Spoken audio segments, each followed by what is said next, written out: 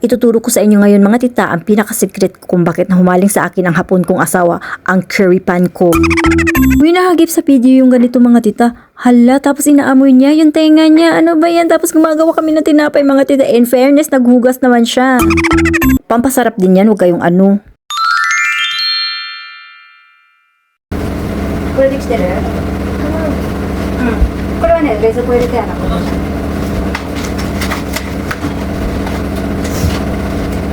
上手。お、粒ちゃんとやったんだ。もうこれ420？420？オッケー。いらないものを冷蔵庫かここに戻して冷蔵庫に入れて、そうするとキュレになるの。Noong nakaraan kong video mga tita, kung hindi nyo pa nakita, panoorin nyo ha. Tinuturo ko kung paano mag-filling ng tinapay. Maglalagay ng filling baga. Ngayon mga tita, tinuturuan ko siya kung paano gumawa ng sarili niyang dough. Nilabas ko lang lahat ng mga pangangailangan niya mga tita, tapos siya na lahat ang nagtimbang ng mga ricados ba. Take note nyo na to mga tita, ito pala yung ingredients sa dough natin ngayon ha. Irete yo. Nokoteru mono aru? ない。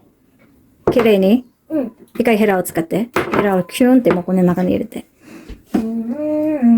So, uwi na kanta pa, siguro masaya siya sa ginagawa niya mga tita. O dali na makinig kayo mabuti kung paano ang procedure na ginagawa ko dito sa dough ko at bakit siya naging malambot. Ihalo mo yung yeast mo sa tubig nyo mga tita at patubuin natin siya ng mga 10 minutes. At habang pinapatubo nyo yung yeast nyo, ilagay nyo sa mixer nyo yung flour, sugar, salt, and egg. Yung beaten eggs yun siya mga tita, yung 50 grams. Tapos i-mix nyo ng 1 minute.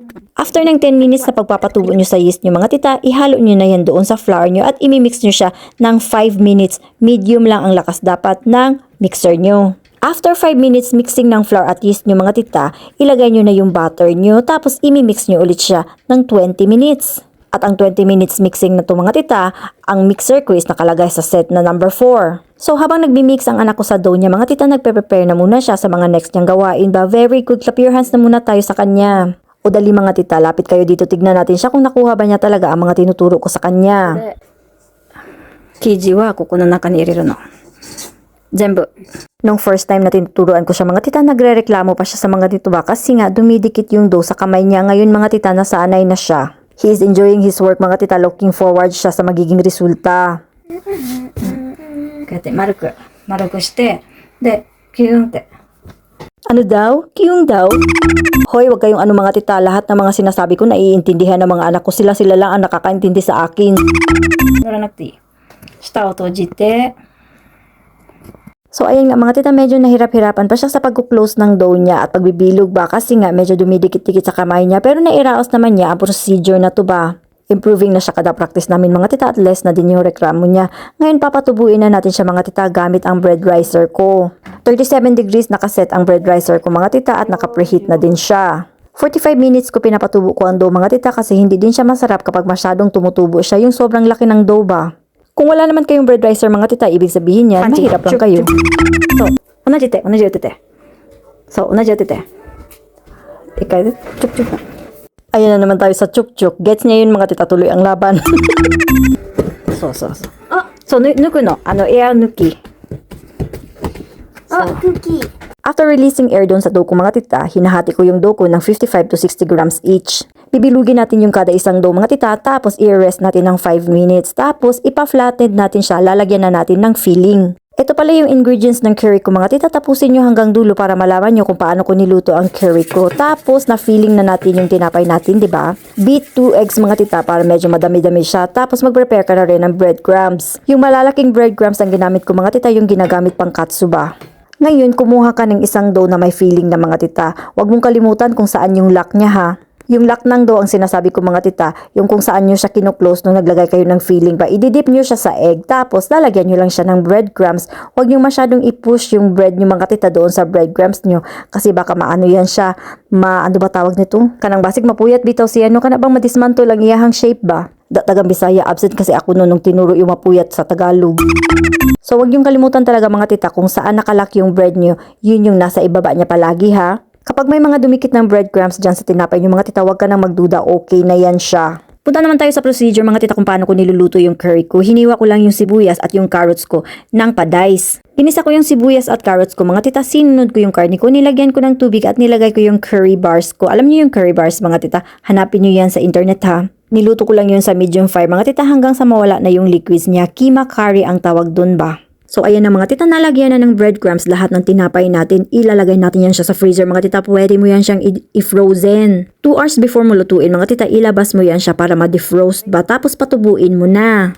The next day mga tita, maaga akong gumising para lutuin ko siya. 4 AM mga tita, gising na ako. Nilalagyan ko ng cooking sheet ang bawat isa tapos nilabas ko siya para ma-defrost ba. Kada bread mo mga tita dapat nakapatong siya sa cooking sheet mo para hindi ka mahirapan mamaya pag prito mo ba. Tapos ihilera lang natin yan siya dito para ma-defrost ng bongga. At dahil nga ang aga-aga pa mga tita, natulog na muna uli ako at pagkagising ko mga tita, na-defrost na siya at pinatubo ko na. So ito yung 58 grams ko mga tita na dough. Ganito siya kalaki nung pinatubo ko na siya.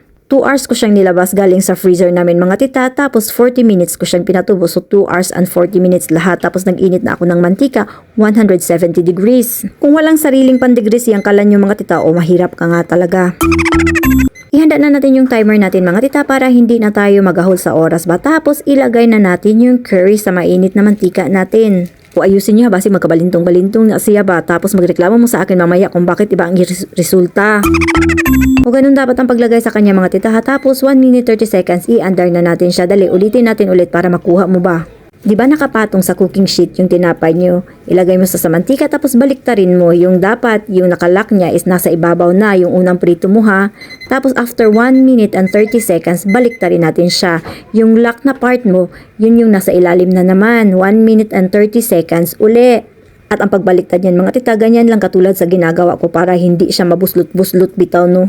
And by the way mga tita, dalawang timer pala ang gamit ko. Mamaya sasabihin ko sa inyo kung bakit. So 1 minute and 30 seconds and after 1 minute and 30 seconds, luto na siya. Baliktarin natin uli. Ayan. Baliktarin natin siya, diba? Isa-set natin siya ngayon ng 1 minute and 40 seconds. Kaya dalawang timer ang gamit ko mga tita kasi yung isang timer nakaset na siya ng 1 minute and 40 seconds na para mabilis na yung trabaho ba. After 1 minute and 40 seconds mga tita, luto na yan siya. Syempre ako lang ang nagprito ng mga tita kasi hindi pala pwede ang kuya namin ito kasi medyo delikado, mainit yung mantika, diba? Baka mabuhusan siya. Ihain na natin mga tita at ganito ang kanyang itsura. Sana nakuha niyo yung procedure ng pagluto kong mga tita. Kung hindi niyo pa nakuha, ulit-ulitin yung panoorin yung video ko para mahanggang sa makuha niyo pala. So ito na yung pinaka-final product natin mga tita. Tingin pa lang, video pa lang natatakam ka na, diba? At pakinggan naman natin yung crispiness niya mga tita. By the way, wala pa lang siyang filter mga tita. Ito yung natural na kulay niya.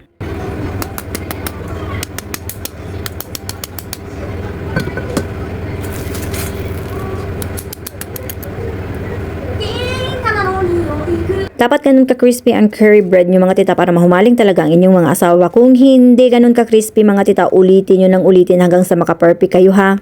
Thank you for watching my video mga tita at sana magustuhan nyo ang recipe ko ngayon. Subscribe mo na rin ako mga tita para marami kang matutunan na luto-luto ba. Ciao! Good day!